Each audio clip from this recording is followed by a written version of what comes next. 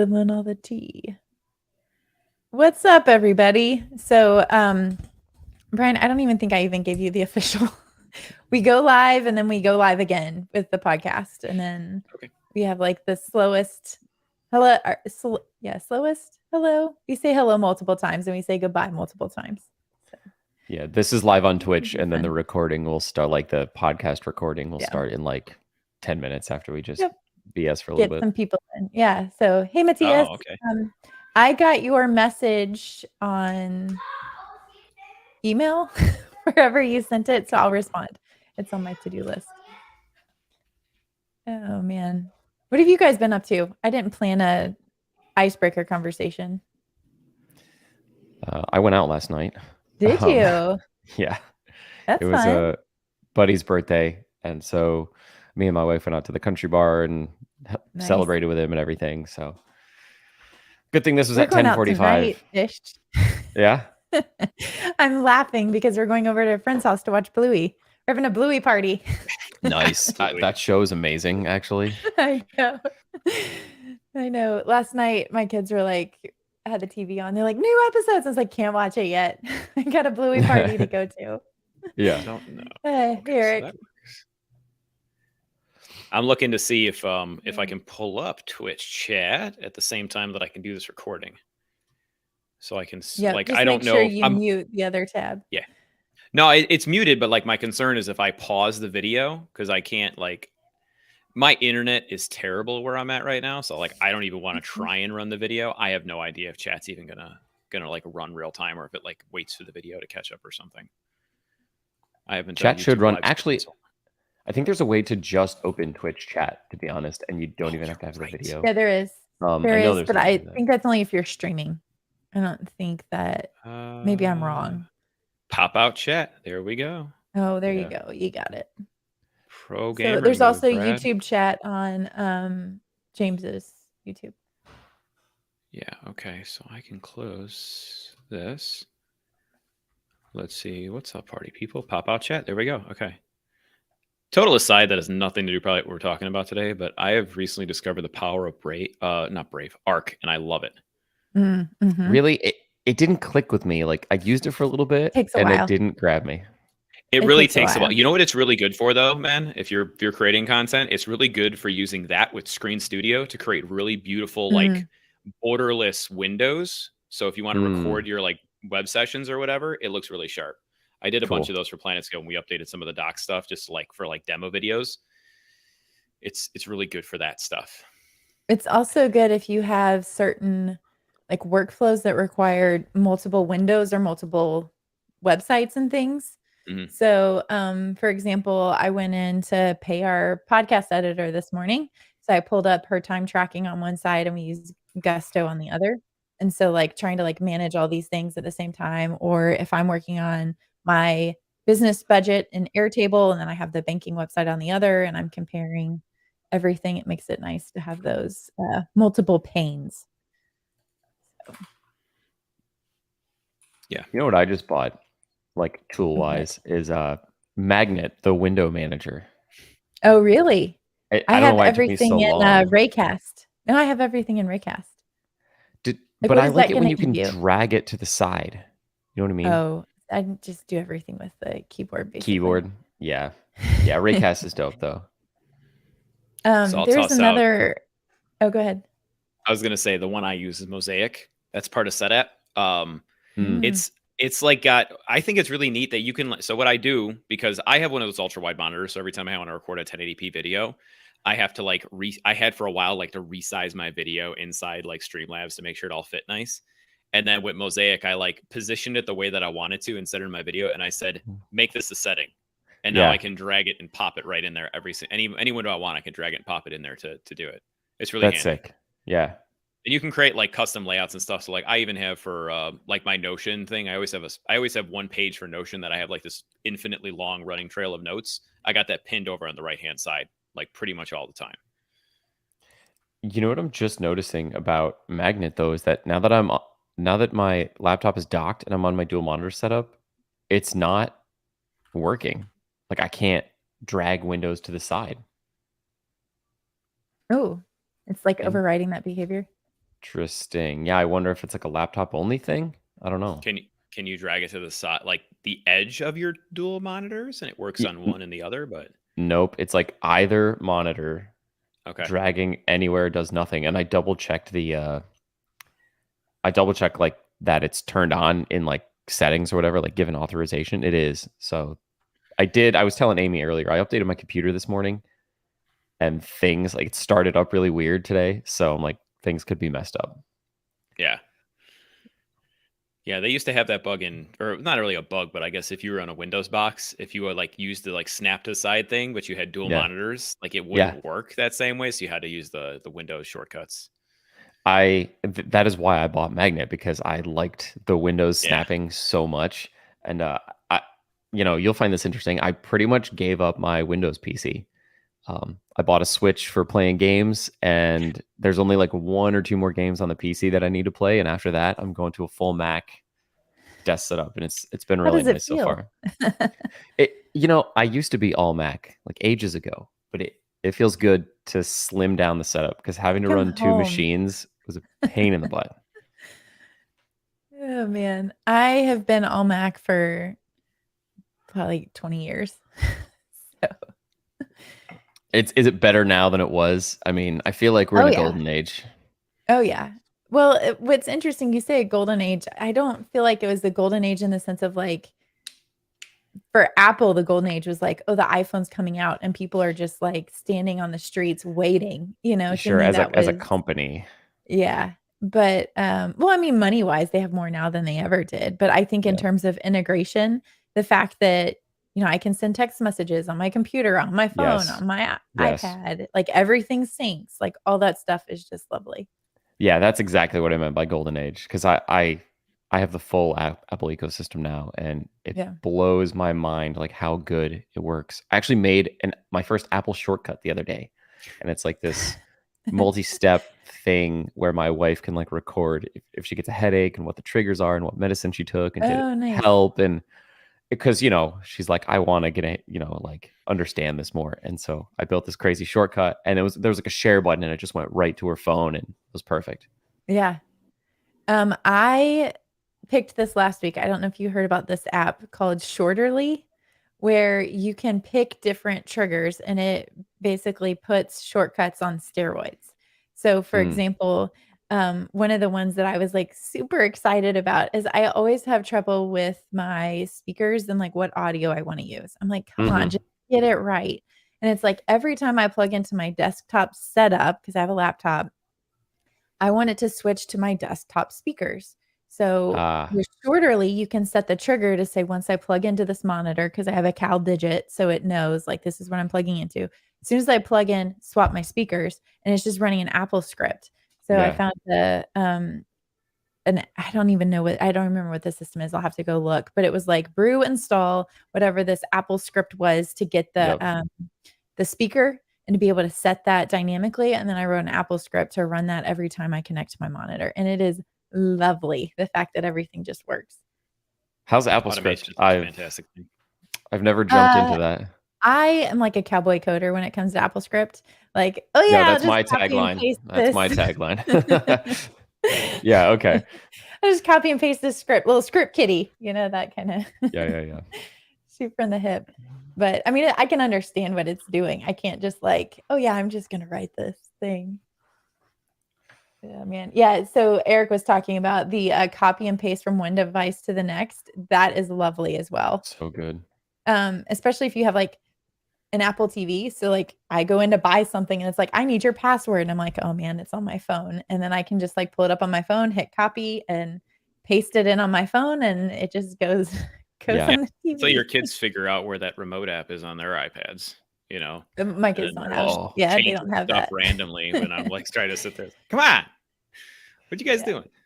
Yeah. But I mean, even talking about that stuff. So like I have an iPad that they can use. So they don't have their own devices, but I have like a do not disturb mode set up for them that like removes everything except their apps, and they can't do anything outside those bounds, which is really nice. Yeah. I didn't know that was so powerful, the do not disturb mode. That's good. Well, we use Yeah. screen time for all this stuff, so I can like set time limits for how long they can be on their devices, Mhm. and I can do it from my phone too. So like if one of them is like doing something they're not supposed to, I can like boop turn it off. Yeah. Dad, my iPad stopped working. I'm like, I know. I tell you what, then we can get started getting to the meat. But Nintendo has like parental controls that you can control from your phone, but theirs are not quite as good. Either that or I haven't dug into it. So, for example, we have screen time set up for the through the Nintendo app on their switches, but it doesn't turn off the switch. It just an alarm starts going off. So my kids will be like an hour past their cutoff time and we'll be like, "Hey, isn't your time up?" And they're like, "Yeah." And I was like, "Is the alarm going off?" "Yeah." And they've just been sitting there playing for for an hour. Either they You know, turn the volume down or just ignore the alarm. It's like that did not do anything. I gotta say, most of the time I'm on the side of parents, but like as a kid gamer myself, there's nothing that ruins your day more than like having a boss fight ruined because somebody tripped over the plug and pulled the cable out of the wall or whatever. Yeah. So Yep. I don't know. I try and balance my parenting with the inner child that I still am. Yeah. So Eric was saying the tech parenting power tips. The best power tip that I have that I'm still super proud of is we could not get my kids to learn our phone numbers because it's like, why? Like, what's the point? They have no need. And so we changed the passcode for the iPad to our phone numbers and they learned it That in a is day. genius. They learned So it in a good. day. It's just you had to give them a reason. That was the reason that they needed. That is genius. Yeah. Tech parenting power tips indeed. All right. Well, we can get going. I'm not as fancy as James. I don't have a soundboard, so we won't get the music live. That'll get edited in after the fact, but we can go ahead and do the official welcome. So Brian, what I'll do is I'll introduce myself, mention Brad, and then we'll come back around and I'll say, "Hey, welcome to the show, Brian," and that's when you can say your deal. So what's up, everybody? Welcome to another episode of Compressed FM, a podcast all about web design and development with a little bit of zest. We have a fantastic episode planned today, all about building projects to learn. This is where we drop the music and say, hello, my name is Amy Dutton. I am a lead core. What am I? I'm a lead maintainer on the Redwood JS core team. I always get confused whether it's like swapping lead. Are we a lead team or a core team? So that's where the Brad is our special guest today. So Brad, welcome to Compressed. Hey y'all, my name is Brad Garapi. I work on the Confluence team at Atlassian. And today's special guest is Brian Morrison II, who is with Planet Scale. Welcome, Brian. Thanks for having me. Key emphasis on the second. I am developer educator at Planet Scale. So if you're looking at the docs of the blog or the YouTube, there's a chance I've been involved in all of that work. You are, I think, one of the few seconds that I know. Yeah. Like, what's the history on that? What's the story? I think it's because you converted from a second to a junior to a second, right? That's Nope. Just what? because my dad is Brian Morrison, so I am Brian Morrison the second. I think the story goes is like they considered junior, but they didn't like the way it sounded, my parents, so I am the second. Do you have a third? No, the name stops with me. I like the idea of uniqueness, and I gave all of my kids very unique names, not just within my family, but we tried to pick like generally unique names that you don't hear too often. Oh, interesting. Does that go on like official government documents? Like when you have to write your name, is the second truly a part of it? Like with the suffix? Oh yeah. Yeah. Oh, And I've okay, actually gotten, bills with my dad's name in it before. And it's like, this isn't mine. I don't know what this is getting here for me. He's like, oh yeah, that's me. Man, it has happened. That's fascinating. I don't know why I thought it was a second only if like there became a third. Like you're junior until you have a third, but I guess that's not true. Yeah, I guess junior wouldn't fly so well, right? You probably get picked on a lot in school being a junior. There is a family that I'm good friends with that I believe I think they have a fourth. Whoa. Yeah. It's definitely a third, if not a fourth. Just got to throw a king in front of it. Then it sounds really cool. Change the name. All right. So today we're talking about building projects to learn. Brian, what projects have you built recently that you're excited about or that are in your queue? Ooh, in my queue. Okay, so those are two different answers. Yeah. So this is not a recent project, but I guess the reason I kind of suggested this topic is because a while ago I wrote a blog post because somebody asked me like, hey, how do I learn new things? And my kind of suggestion was like, come up with some kind of concept that's near and dear to your heart. So it kind of gets you fired up about what you're trying to build to learn. And then if you build something that actually works and is usable, it's really easy to swap out different components of that, right? So like I built an app called Guardian Forge, which is for people who play the video game Destiny 2, because that is my favorite video game of all time. And the whole gist of it is people can create snapshots of their in-game characters in order to share it with, friends or their clanmates, or if they're a creator, they can do it with their audience or whatever, right? So that was kind of the topic that I was very interested in. But the other way that I built it is I designed it in such a way that each component was modular. So for instance, when I first started at Planet Scale and they were like, hey, try out the product and like, what do you think about it? What do you like? What don't you like? It's like, yeah, I could write a to-do app, sure. But I can also just swap out the database component of Guardian Forge with Planet Scale and get some real world experience, because it's an application that's launched and used by thousands of people every single month. And now I know what Planet Scale, how Planet Scale would work in a real world environment. And I've done that with several different technologies, I guess you could say. So yeah, I think that answers your question. I think I tangented there a little bit, which I have a tendency to do. So I'm going to apologize to your audience ahead of time on that. How do you swap out an entire database layer? Because I get it if you like leave all the data behind and like just change the database and the service you're using. But like, how did you move all that data over? Well, I guess that's the trick. Like in my specific use case, it was really just a proof of concept. So none of the data really got moved over. When I'm designing applications, I think of things in like 4 major categories. So I know the big thing in the JavaScript ecosystem is like, let's just shove everything into one big stack and then everybody's happy and whatever, right? But I like to think of things more modular than that. So I will build a front end separate from a back end. The database has to be separate, right? Because that's kind of a very special use case application. And then I have a 4th category that I call conduit, which is like the wiring that connects all these pieces together. I'm not necessarily talking about like, your actual network and Ethernet cables, but like there's some asynchronous processing that I do in Guardian Forge that kind of, it speeds up the API calls between the front end and the back end. And I use AWS queues for that.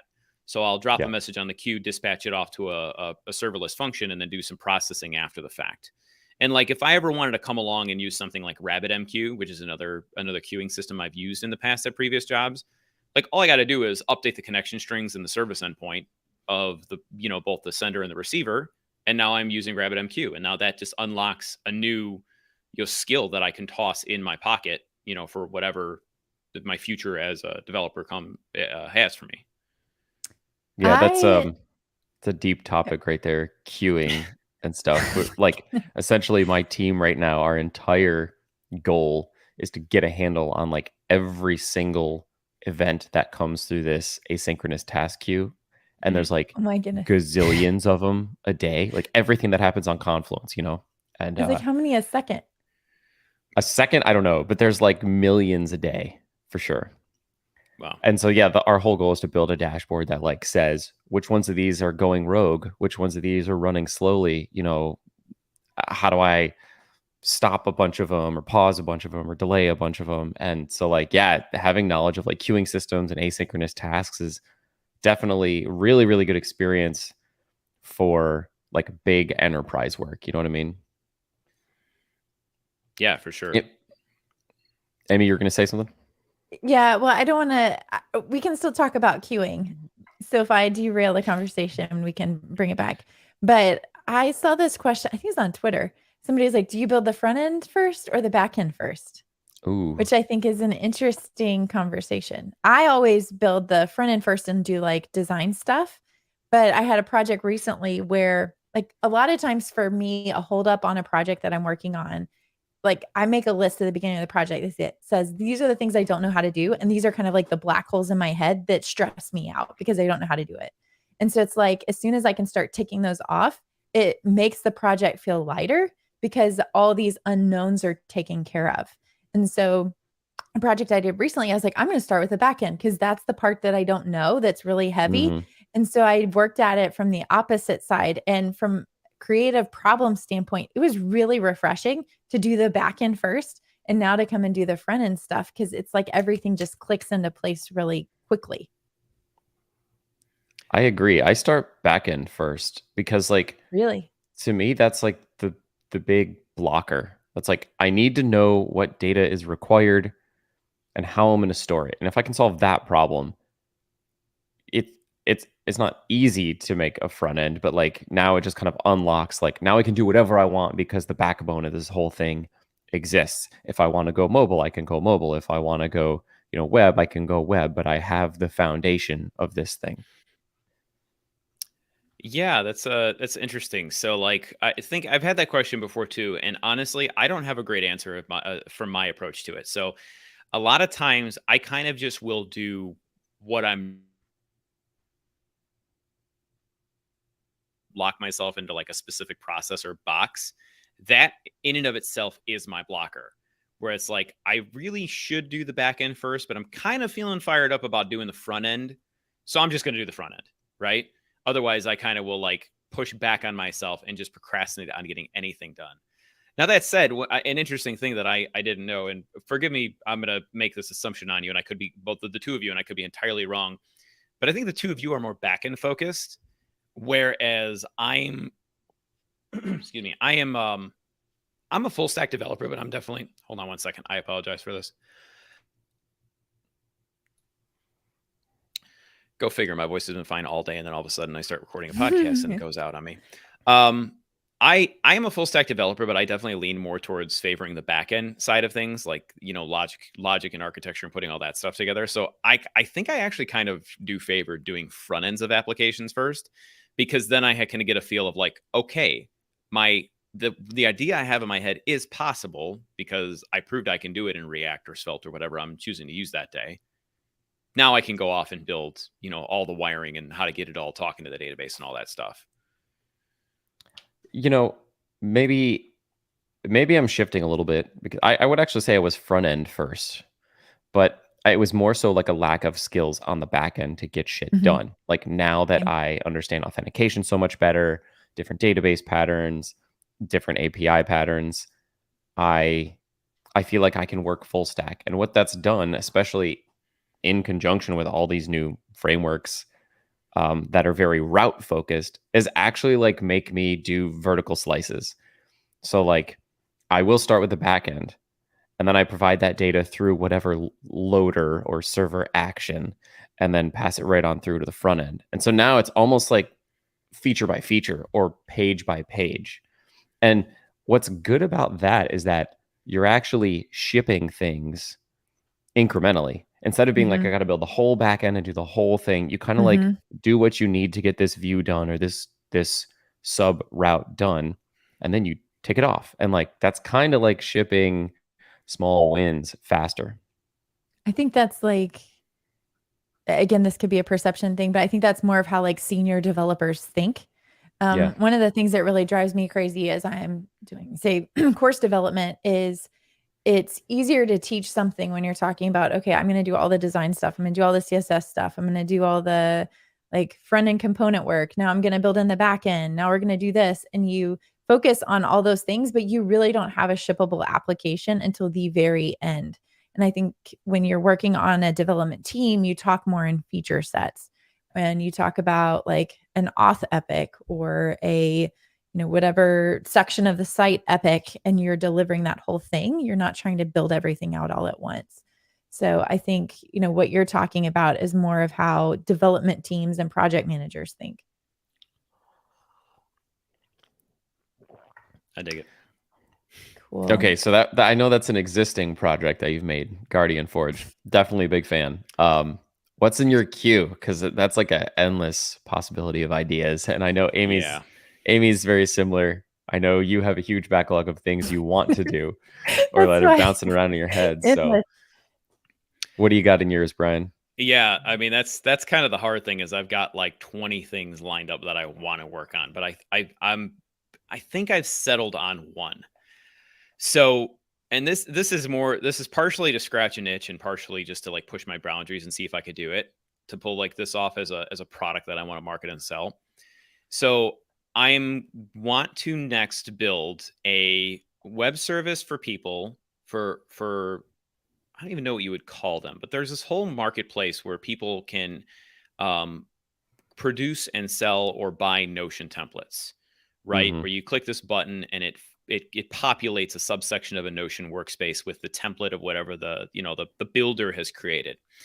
And one of the downsides of that approach, and this is why I've never gotten into it, is like, what happens if I need to update it? There's no real way to update your client's Notion templates short of telling them to like blow it away or reapply it. And I don't even know how that whole process works from start to Yeah. from start to finish. And I'm going to have to understand this better before I start building what I'm going to build. But essentially I want to build an application that does just that. I want to take this concept of like, you can build out a Notion template, you can pipe it up to my service and it will like cache a version of that template. And then when their customers come in to buy the template, instead of just applying a static template to their Notion workspace, they get this more active experience where like if the builder says, "Oh, hey, I updated this and added a couple of extra fields because it makes XYZ workflow work a little bit nicer, better, cleaner, whatever." Click this button to update it. And then my service will crawl into their client's Notion space, figure out the delta between what they currently have and where they need to be, and then apply those changes for them. So think of it kind of more as like an active system where people can sell Notion templates, but also keep them kind of in lockstep or version of in some capacity. That's the dream, right? Whether that ever comes to fruition is a whole other thing. I've already made some progress on some of the back end stuff and like thrown together a minor proof of concept. So it's like one of the building blocks I know I can pull off. And in worst case scenario, if I can't pull this off, I'm just going to open source the whole thing as like a portfolio item. Like, hey, look at this cool thing I started building, right? Yeah, I think that's a good problem to try to solve. And I think about this problem set a lot, especially when it comes to project starters. Like Amy and I have talked a lot about like using GitHub repo templates to like quickly scaffold projects. But the problem is when you make an update to a GitHub template repo, you just can't apply that back. And we're actually seeing more and more of this now with like ShadCN UI. It's not an NPM package you install or update. They just hand you the code. And that's like a double-edged sword because it's great. You own it. You can change it however you want, but like you won't get updates. Yeah. Or like Kenzie Dodd's like Epic Stack. Like you start it and that's it. You get that snapshot in that point in time. If anything ever changes, it's gone. And I feel like with code, it's difficult because like you can drift too far away to where like an update would be breaking. And so like this Notion template idea is awesome for kind of like minor and patch changes. But how do you handle like breaking changes? Always the difficult portion. Brian, you good? So for the record, I'm still here. For some reason, my camera turned off. That happens to me sometimes. No worries. We can keep going. Oh, we should highlight Goose's response here. Code mods for this. Yeah, that's good. That's good. And especially like I think React has done this too. It's like anytime they make a breaking change, they typically release a code mod that says, "Oh, you need to type child props now. Here's a code mod that goes and does all this for you." But dang, like that, you got to have a team for all that stuff. That's a lot. We would write some code mods at Atlassian to handle like lint errors and particular situations or getting people from one framework to another, and it's a lot to manage.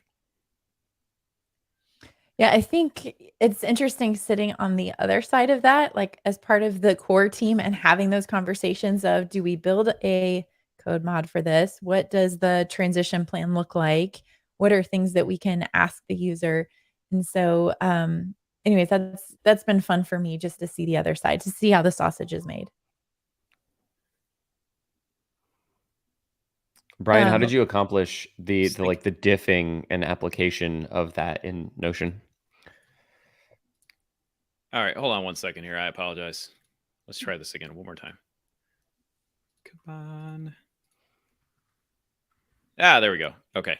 Sorry, one more time. What was the question? How did you handle like the diffing and like reapplication of new code in there? Does Notion have a good API for that kind of stuff? It does actually. Yeah. So where I'm at currently is I guess I should preface this, which I have a little bit of background working in DevOps because I like building CI/CD pipelines. Mm-hmm. And the de facto kind of language, I guess, if you will, or like a configuration language is YAML. So Mm-hmm. what I've done so far in this project is built a essentially a CLI that will take a YAML template of a Notion workspace and apply it to a Notion page based on by using the API. As far as like the Oh, delta and diffing, I haven't gotten that far yet in figuring out like where things are and where they end up needing to be. sure. But that's kind of where it's at right now. I have a couple of thoughts and theories. Like one of the things that I might do is store some kind of like metadata configuration info alongside the user's template as kind of like a hidden properties kind of a thing, or like a don't go in this. This is kind of a peek behind the curtains because I can't. There's got to be a way that I track state over time for these different Notion pages that configurations are being applied to. Yeah, I so you're feel like saying it'd be like a whole page can be defined with YAML? Page, a database, the Uh, types of a data, like in Notion, there's these drop down tables where you have multi tags is a good yeah. example, Yeah, where you okay. can add multiple tags to a specific field in a database. Yeah, that's kind of the extent of where this has gotten so far. Is I can build out these YAML templates and then just Yeah. run my CLI, which applies them to my own Notion workspace, in order to like scaffold out that workspace in the way that I want it to. So the next step is once I get all the right fields and all the data types supported and whatnot, then I'll move on to figuring out how I would track state over time and apply changes and roll things forward or backwards as I need to.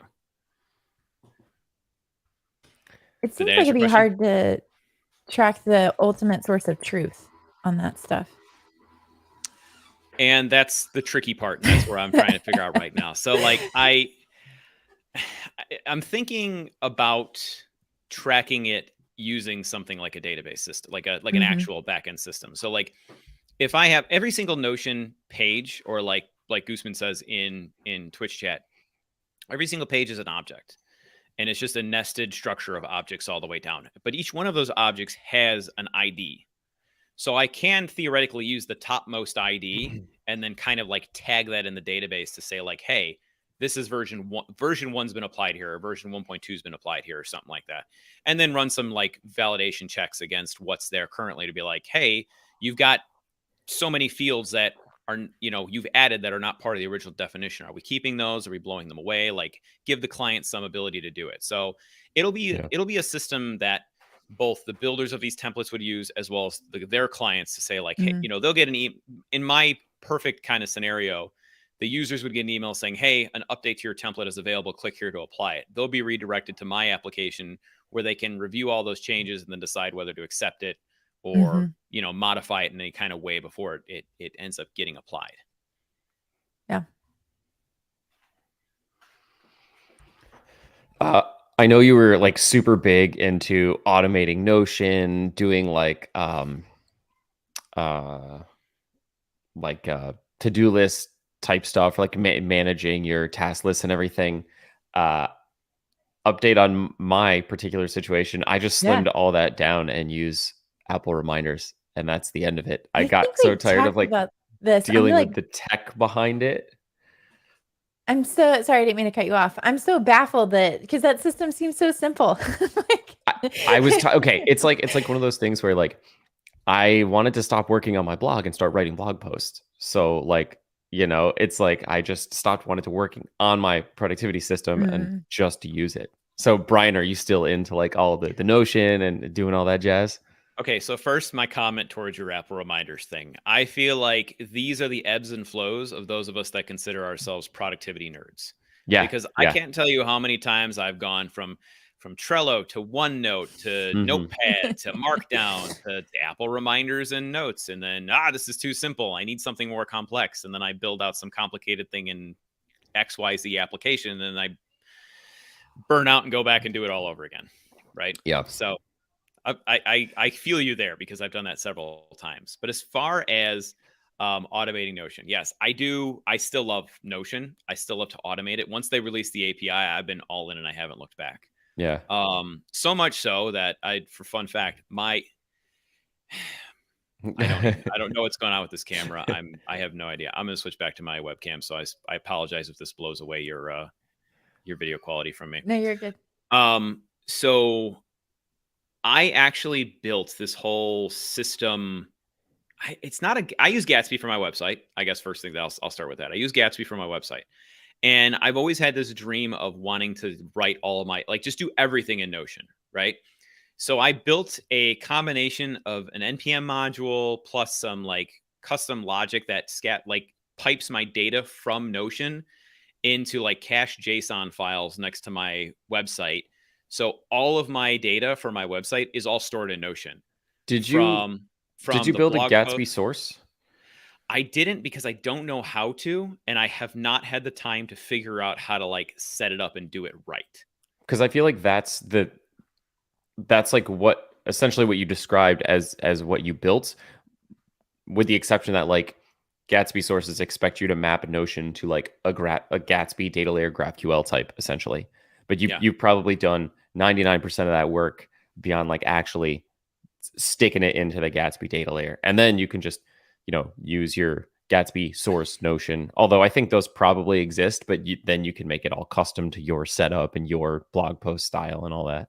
Well, here's the fun thing. It is in the Gatsby data layer. I've even taken it that far, and I figured out how to create relationships between the different types of objects I'm pulling down from Notion and tossing it into that layer. There you go. It's just it's one of those things. It's you take on this one. So where this all came about is I was I didn't have a whole lot going on for work that absolutely needed to be done. So I was I'll go fiddle in my website and figure out if I can pull this off. And one thing leads to another. And, over the course of a weekend, I ported all my data from my previous CMS into Notion, and now I got it all up and working.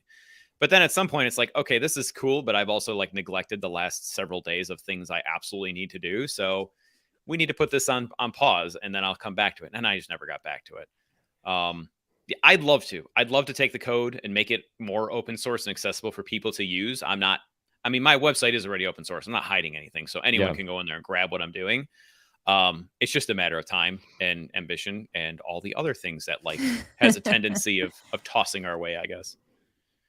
That's so true. So, but yeah, back to the original question, Notion automation. Yes, I write things all the time. I've got CLIs that hook into Notion and export data for the Planet Scale blog and documentation portal. Actually, I've got I have a home server with a couple of Kubernetes pods that are running some schedulers that clean stuff up for me and generate templates for me, so I don't have to do it myself. I don't know. I've done all sorts of crazy stuff with Notion and automation. Apple Reminders has templates too. Stop tempting me, because you're going to make me overhaul my entire system, and then 5 months later, I'm going to come back to Notion anyway. Well, let me ask you, do you feel like it's fragile? That's the only thing I'd be concerned about. If Notion changes their API or anything like that, then doesn't that break all your tools?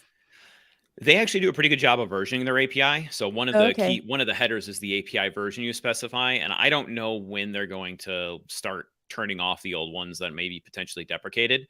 But as long as you pin the API version instead of relying on the the plug, or not the plugin, the SDK. Most of the time, the SDKs will always use the latest. So then, yes, you can potentially introduce breaking changes. But if you specify your version manually, and then you have the ability to move forward a little bit slowly, test it, make sure it works out before you bump it up. Okay, can we go down a small rabbit hole? Really interesting that you said Notion uses the headers to determine the version of the API. Thoughts on using headers versus something like a URL path to denote API versioning? I have no strong feelings one way or another. I would almost think that the header might be easier.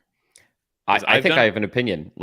It just came to my head. It's okay, if you're using if you're using a header, you can set up, let's say, an edge function or some top level function that essentially acts as a proxy and shoots it off to the right API version. And what's cool about that is like you can have completely separately deployed backends running V1 and V2, and then one proxy server that sends it to those.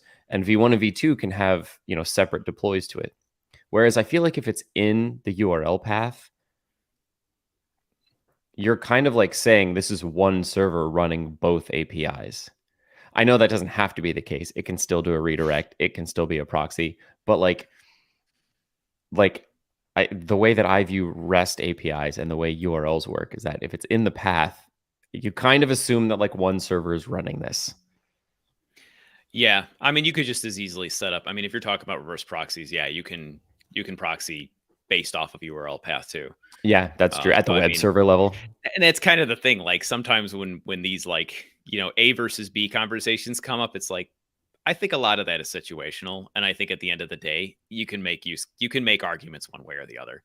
I do lean towards the, I think if I had to choose one, I think the header is probably the smarter choice, because the header is more like a piece of metadata that's coming in with the request, as opposed to the URL is expected, like you were saying, it's expected to be something a little more static. And it's one of those things where like, if it's not in the path, you probably have to do a bunch of routing logic to like assume that it's there. But if it's an empty header, you just have a default version. So it might make like defaulting to a specific API version a little bit easier as it gets bumped. Yeah. I mean, that's kind of the magical thing with our field, is like you can stretch your imagination and make almost anything possible. Yeah. Right. So I've been thinking more about stuff like this because I did a lot of architecting for a current application at work, and like everything has two sides and I have to be able to explain it.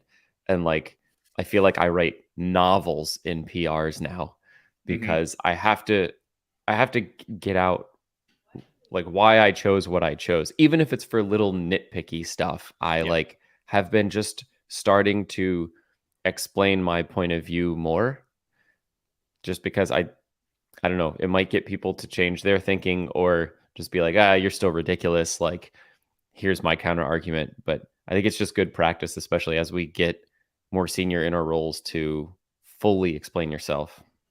So one comment on that, if I can, real quick, Amy, before we move on, because this actually is not good code. This is more of a businessy thing.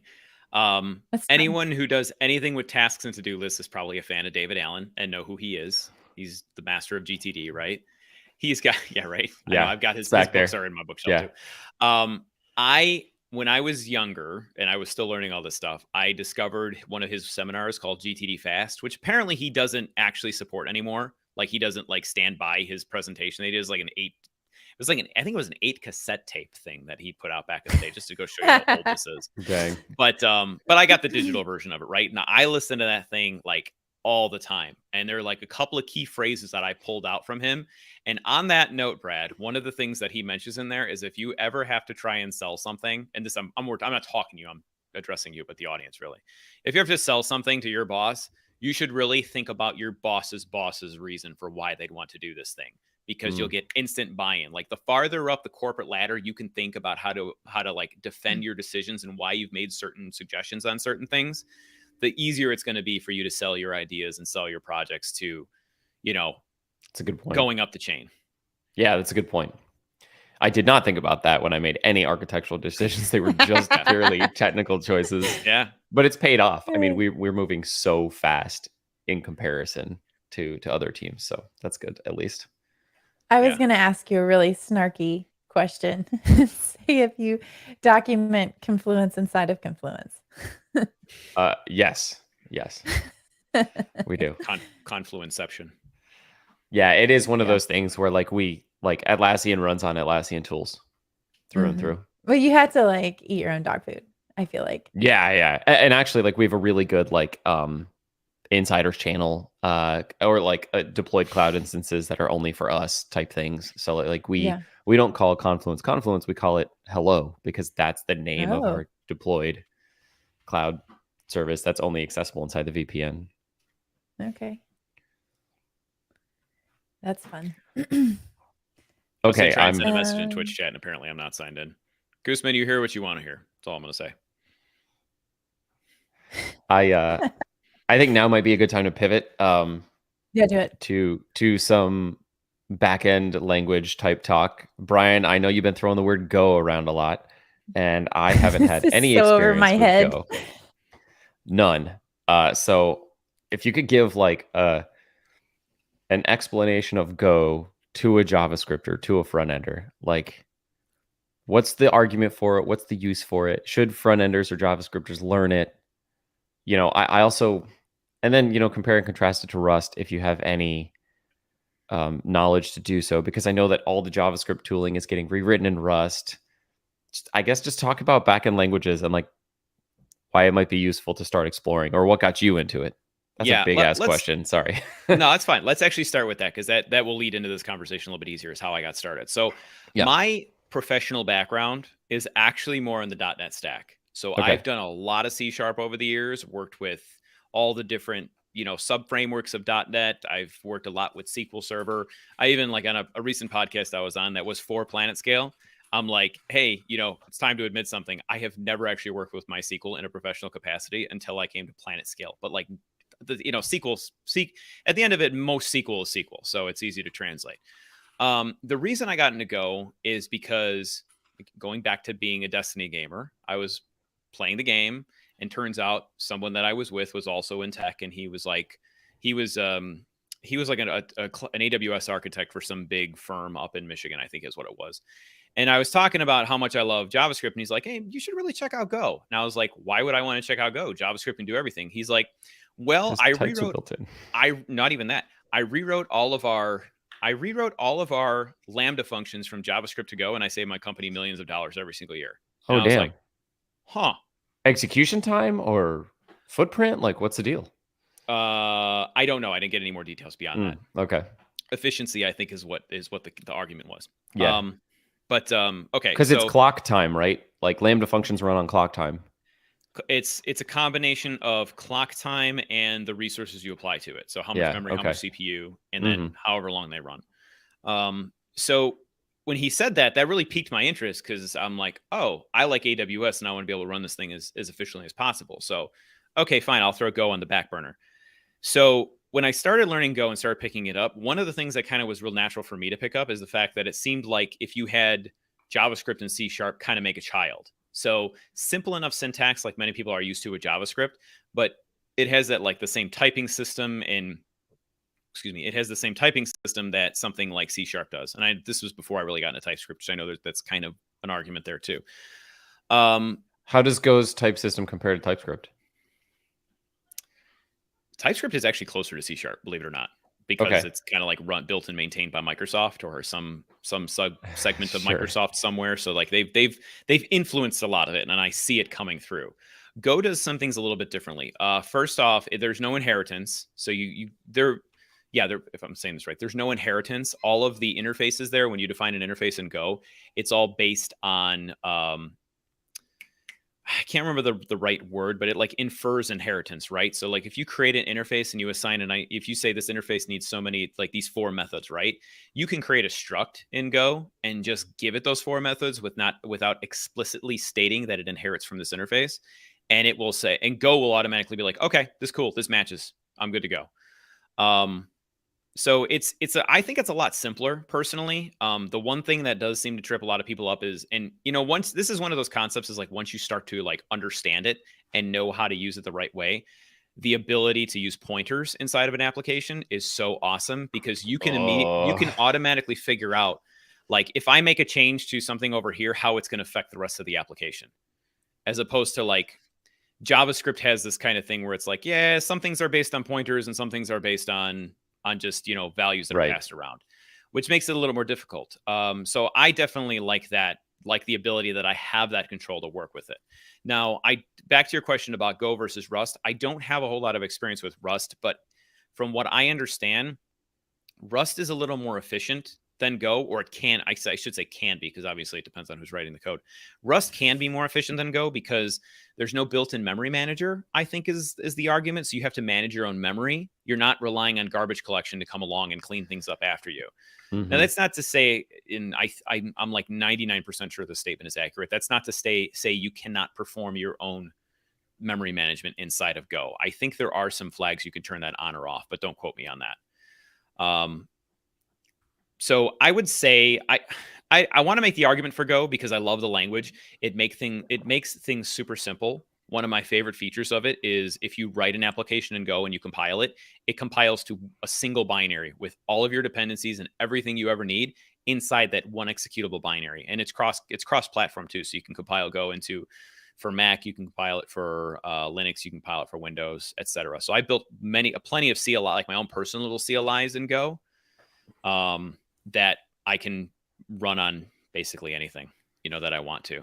Okay, so I if I can keep going. Right, so stop me if I need to stop. Yeah. So if I understand this right, like Go doesn't need a runtime. You don't have to npm install node or whatever the Go runner is to run Go. Go is compiled. So you write a program, and in order to run it, you have to compile it with something, and then for your platform, and you can execute it on that platform.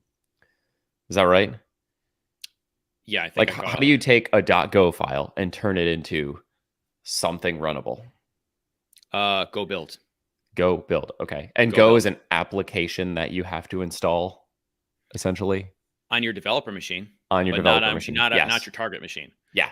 Yeah. So yeah, you don't have to have anything related to Go on the target machines you're planning on running your application on. Yeah. It pulls everything into that one thing. Yeah. Go is also another thing to tack on here. Is when Go was originally being created at Google, they're the ones that started Go. They wanted to design it as a way. It does front end if you do things like use HTMX, which I've done a little dabbling with, and you use like web templating and passing things through. But it is predominantly a backend language. Yeah. And when it was being designed, they really wanted to design it in such a way that it was simple to learn and simple to build things with, but also has like 99% of what you need to build pretty much anything, if that makes sense. So there is this concept of like bringing in modules and stuff, and I've built my own modules in order to like help my own projects along, but none of that is really needed.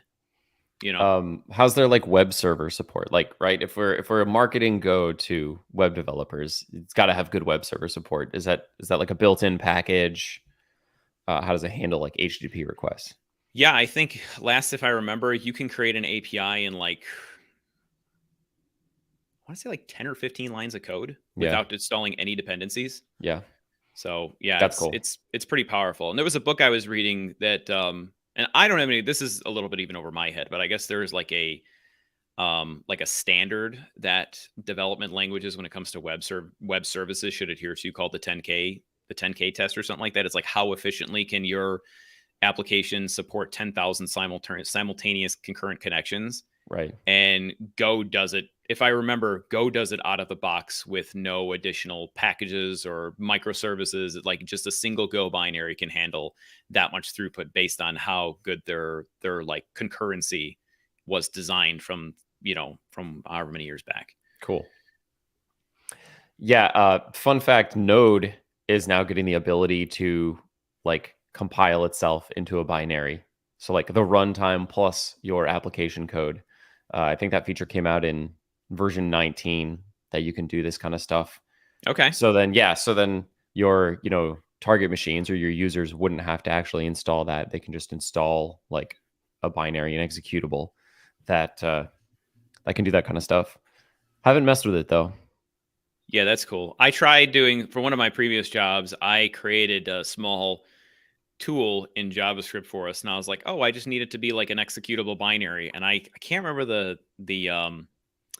the packaging framework that I used, but like all the thing did was take a simple JSON message, convert it, and then post it to an HTTP endpoint for like an API so we get notified on events that are happening. And it was like 130 megs large versus like the same thing, because it has to include the V8 engine and all your node modules and whatever the code you wrote was, right? Yeah. Versus like the same thing in Go was like 5 meg. So it was like a dramatic difference in sheer size, right? I mean, I'm not a bash guy, but JQ and curl could probably do the same thing. Yeah, I know Yeah, that, yeah, but it was but like, yeah, good exercise. yeah. So, okay, so one of the other kind of comments I want to add on to the Learning Go.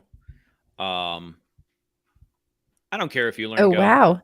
You just had a convert. Yeah, I know Diamond. Diamond and I go way back. Yeah. Anyway, he's a good friend of mine. I've known Diamond I didn't know that. way back in the day. Like when I first started my Discord server, he was, I don't know, how was this, like 2018 or something like that. He was like one of the first users on there, and he's been like, we've been hanging out and Well, that basically poking fun at each other ever since we met each other. So yeah. So you guys met online? Because I thought you guys were like old high school buddies or something based on the way y'all gave each other crap. Yeah. No. He's just he joined my server and hung out, and we just like have been going back and forth ever since. Yeah, it's wild that like everybody in this podcast right now, I just like met online on Discord. Yeah, like in the past 5 years. Yeah.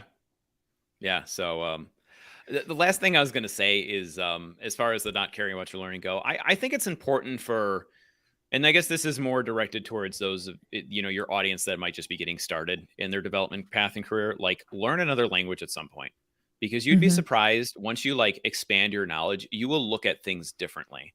It's hard to describe and give more concrete examples, but after learning Go, I can look at JavaScript a little bit differently, and it became easier for me, even though like the concepts didn't directly one-for-one transfer. Like the code was cleaner, the concepts made more sense. I knew how to structure my code a little bit better, just because like some of that knowledge transfers between. So it's always good to like get outside your ballpark, get outside your, I don't know what the phrase is, get outside of your bubble. There you go. And learn something different and unique. I do think Go is a fantastic candidate for that, because it is a very simple language and it is pretty easy to pick up and do damn near anything with. Well, and a great point to that is if you're a JavaScript developer, JavaScript's pretty loosey-goosey in what it'll allow you to do. And so if you do learn a stricter language, it might be a little bit frustrating, but it will definitely make you a better JavaScript developer. You might understand some of the quirkiness of JavaScript a little bit better. I've got one more argument for Go. Their tooling is incredibly anal, and it won't even run your application if you have an unused variable in there, or if your spacing is not the way it expects it to be. It gives you no suggestion. It gives you no like control over the formatting of the code. And some people, like when I started doing that at Front, I was like, this is silly. I'm smarter than the language. I should be able to tell my code how I want it to format. And it's like, that's actually one, after doing it for a while, it's like, that's actually one less thing that I have to think about now. Like, let the framework let the tooling handle it for me. Like, I don't care if I have, this thing on this line, or I've, good example, good JavaScript translation. I don't care whether my language wants me to have the semicolons at the end or not. Like, I know there's like, prettier ESLint packages that will kind of do that for you and guide you down that path. Go kind of has all that built in, and you really don't get a say, which I've grown to appreciate, over the years of using it. Yeah, like anytime you start a new project and you start bike shedding over lint and formatting, I'm like, I don't care. Like, pick the company standard or it doesn't matter to me. Like, just let's not think about it.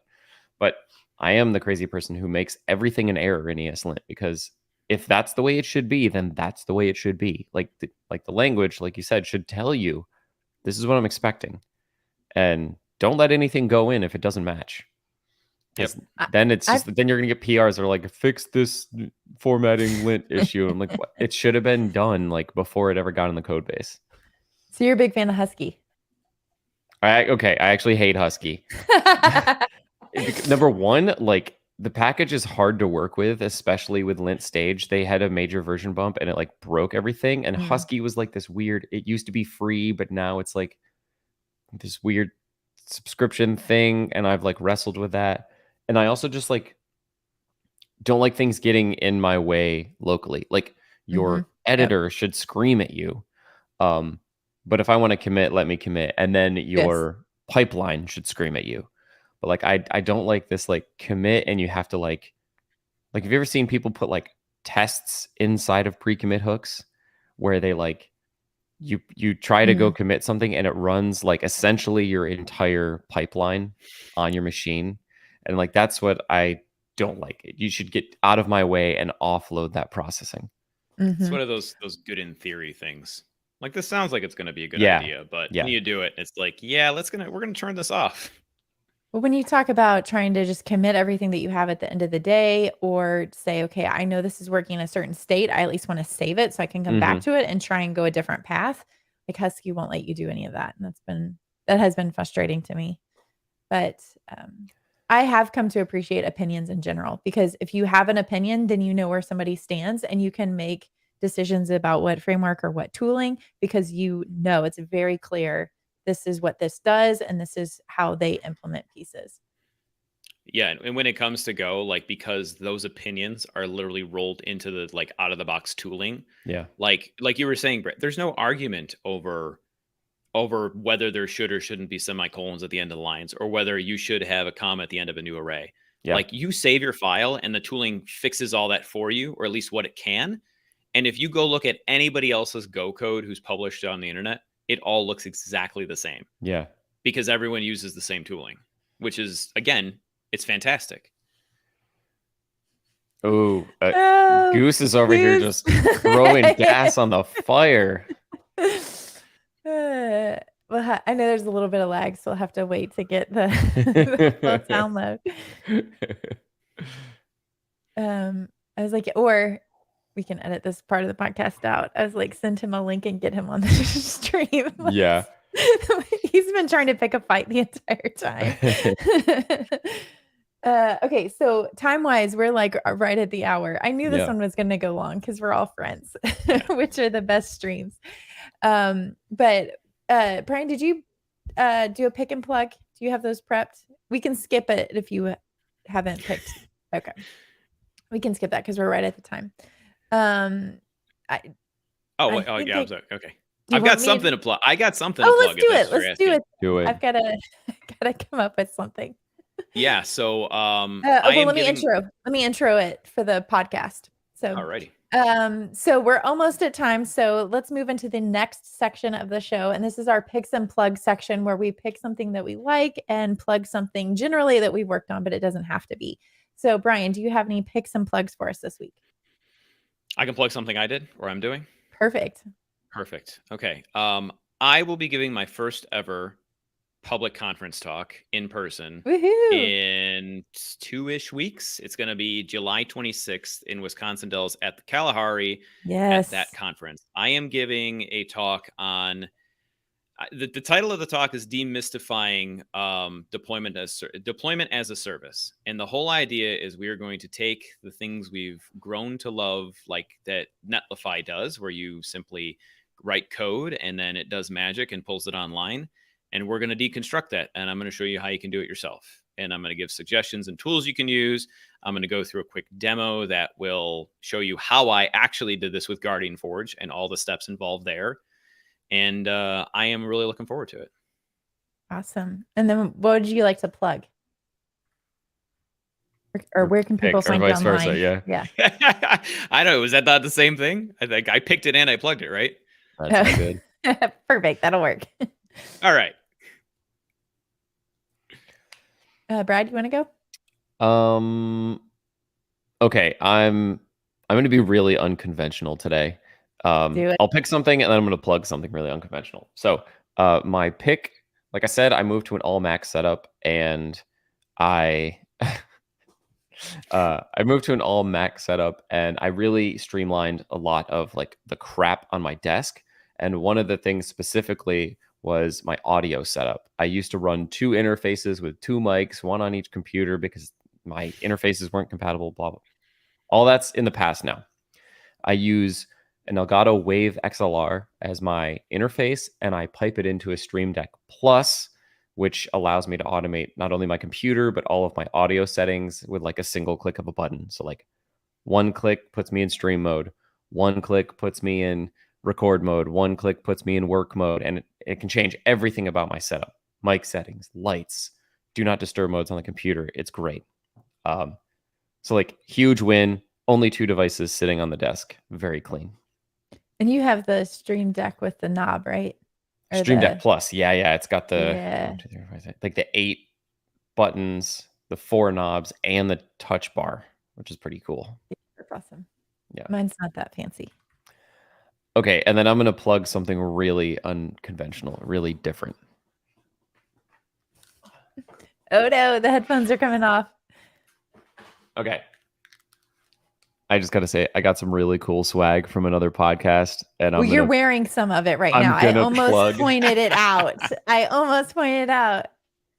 You did. I got the skate deck. And shout out Syntax, Wes, and Scott, because like I've been on a few of theirs, and it's always a good time. And they were really generous in sending me some cool stuff. Yeah, that's awesome. Yeah. Oh, there's the the Yeti. I won't hold it against you. I like those guys. Oh, that's hilarious. I actually, as soon as you took off the headphones, it almost made me change my pick. So maybe I'll have 2 picks this week. The reason being is because Brad is co-hosting this week. Brad and I are both a huge fan of the Nike slides. Oh. So are you wearing yours? Yes. That's right. So good. I need a new pair. I don't even have anything to like pull up on. This is I can't even feel like I fit in. This is my second pair of these slides because I wore them all the way through, but I have worn them like nonstop even throughout the winter. I love them so much. They're so comfortable. So I'll pick the Nike slides. And then just to tie it back around, I was going to pick, and I still will pick, the Hazel app. So this is by a company called NoodleSoft. And so we're talking about productivity. This is one of the apps that is in my toolbox for productivity. And what that does is you can set up different triggers. So for example, one of the triggers in my downloads folder is that it checks for a pattern in the file path when I say download my bank statements. And then what it does is it goes ahead and puts those in the correct folder for me. So I just download them and then it puts that information where it needs to go. Or if I download a receipt, if I put that in a specific folder, so it watches that folder, it will then change the file name to include that date, and it will put in the receipts folder on where I have that on my computer. So it's nice. It does a little bit of file management for me, and that little bit of automation is going to add a extra zone on it, but the automation there really does help. Awesome. Well, Brian, we really appreciate you being on the podcast this week. It has been a pleasure. Knew it would. For everybody that's listening, the audio version, please go to your podcatcher of choice and give us a rating and review. We really would appreciate it. Plus, it helps other people be able to find the show. And for everybody in the chat, I appreciate you guys and your contribution. It really made the show a little bit more lively and engaging. So for now, that's all we've got. Cool. So the recording is over, but we are still live. Let me see if I can get Goose on. I'm so sorry. I did not know anything about picks and plugs. Oh, totally fine. You recovered very well. I feel like a lot of times we're scrambling. It was like when we first started streaming, it was like, oh, these will be easy. What should I pick?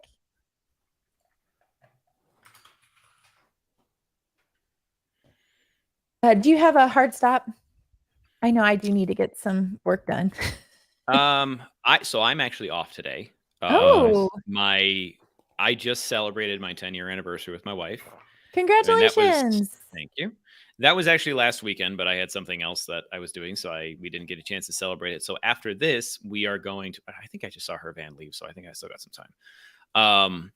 After this, we're dropping the kids off, and we're having a weekend where I'm going to rent a boat and drive a boat on a lake for like the first time. So wow. Yeah, it's gonna be fun. Cyan wants to know if you have a Twitch channel. So I don't, Cyan. I used to, but there's a couple things that are working against me. First is time. That's the big one. But also, I actually live in rural Kentucky, so my internet is I run off of T-Mobile's 5G internet, because that's the fastest and best thing that I can get out here. I'm actually very happy that only my camera had issues today and my internet didn't have issues. Although, you know what, the more I've been doing this, the more confident I'm getting that maybe I might get back into streaming. I don't know. It's probably going to be a while, but I appreciate you asking. I have a YouTube channel. I post YouTube videos there. And I'm also on Threads. So those are the best places to let's find me these days. Threads. I still got to figure out what I want to post on Threads. I- That sounds terrible, but Yeah, like posting might be an option for me, but consuming threads, I'm not gonna do until they get like a page where only people you follow are there. yes, 'Cause I need an like it's API. pointless. I'm actually going to also toss in there, if anyone wants to connect with me. I know I saw James put Brian Morrison, not me. I appreciate that. I have a new landing page that is Oh, yeah? brianmm.dev, matches my username basically everywhere. And all it is quick links to like connect with me on social networks and stuff like that. And like Oh, dude. what I'm doing and what's coming up. I like this page. This Thank was you. kind of like that. Was that like inspired by the stuff that I was doing? This looks good. Yeah, I think you did some of that stuff too. It was that plus like a link tree type. I've always wanted a link tree, but like I can't bring myself to pay for something like that because again, I could whip something like this up in a couple of hours. Yeah. If even that. Thanks, James. James just dropped it in there. That's if you want to connect with me on social or find out what I'm up to and what's going on, that's the best place to go to. There's quick links to my blog and portfolio there too. So it kind of serve the same purpose. This is just a nicer interface. Cool. But Eric, yes, are you I'm good? totally building a QR code so I can redirect people to that page from now on, Brad. Yes.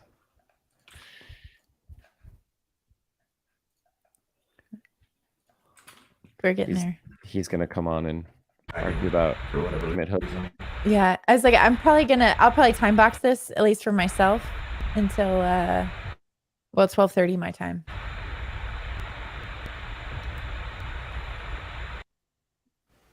Okay, my computer caught up. Oh, there you are.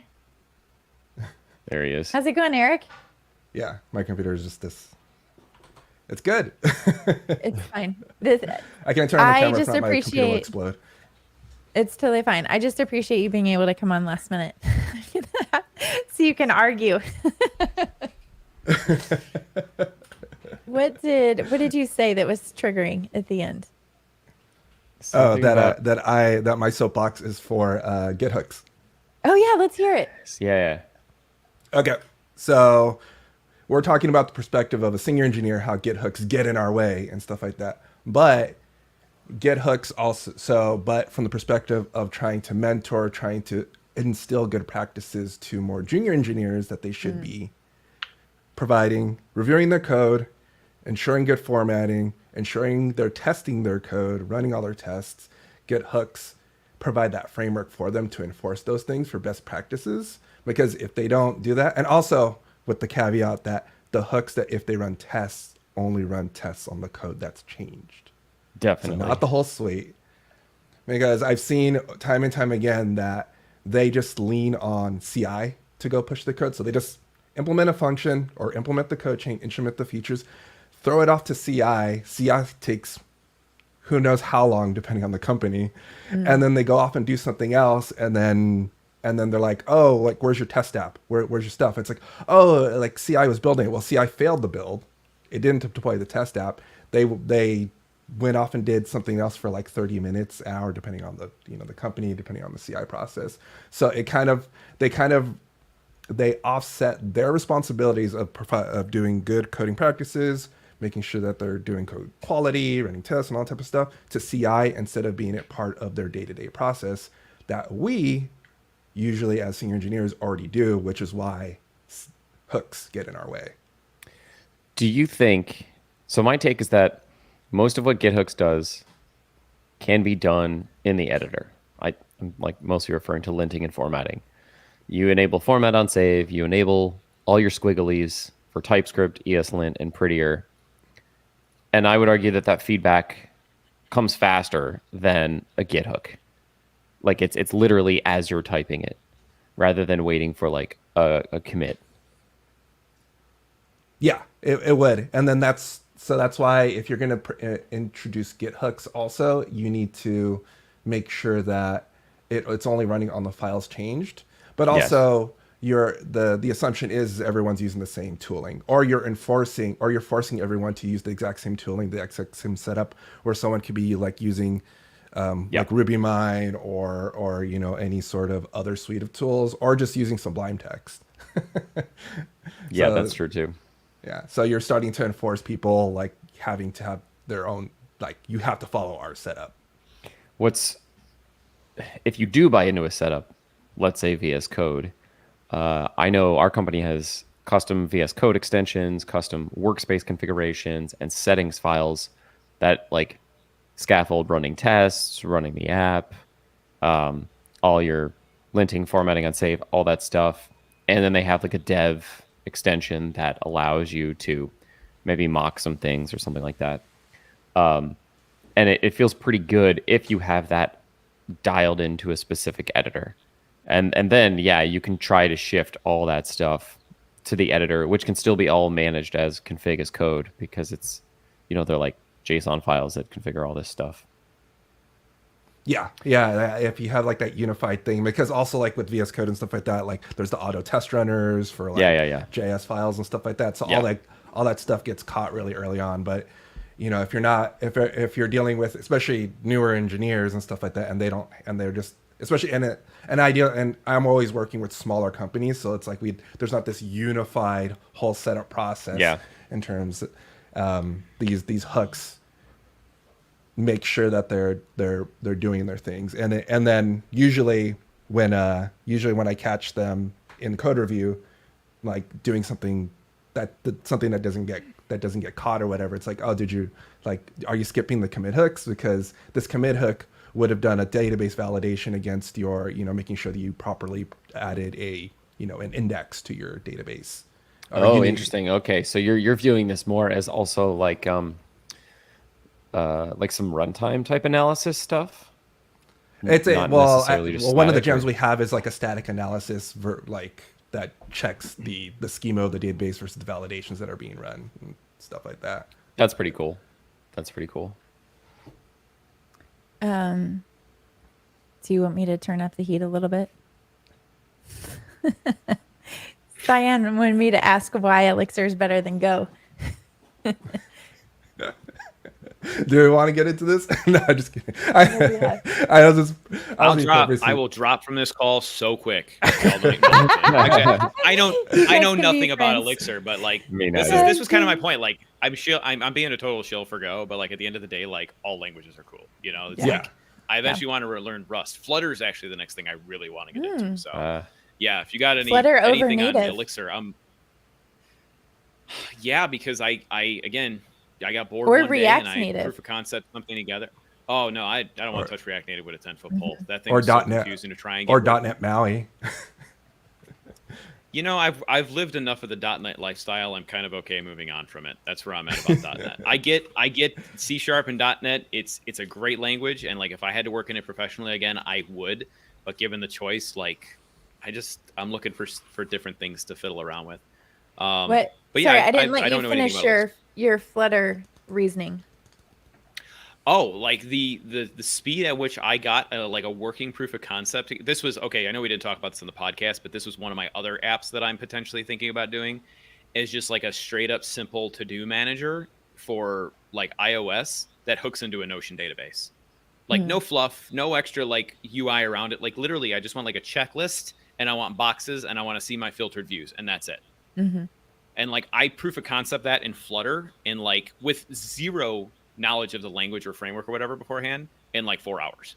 Oh wow. And got something actually working. And I was like, holy cow, this is actually really quick. And I've done Objective-C before. I've never done Swift, but Objective-C was a pain to pick up and learn, in my opinion. C# is what we did in college. For mobile? No, just in general, just trying to learn programming stuff. But I don't remember any of it other than the fact that it's like a stricter, like there's rules around it, So sorry, we can Elixir. I was gonna say we can go ahead and call it too, because I also see the numbers dwindling, so I want to end on a high note as well. But Eric, I appreciate you coming on at the last minute, and Brian, of course, for being a guest. I don't have control to raid somebody, so usually Clarkio is on. If our Twitch friends want to jump over there, that's always a good move if he's streaming. But thanks again for hanging out with us, and we'll catch you again next Friday.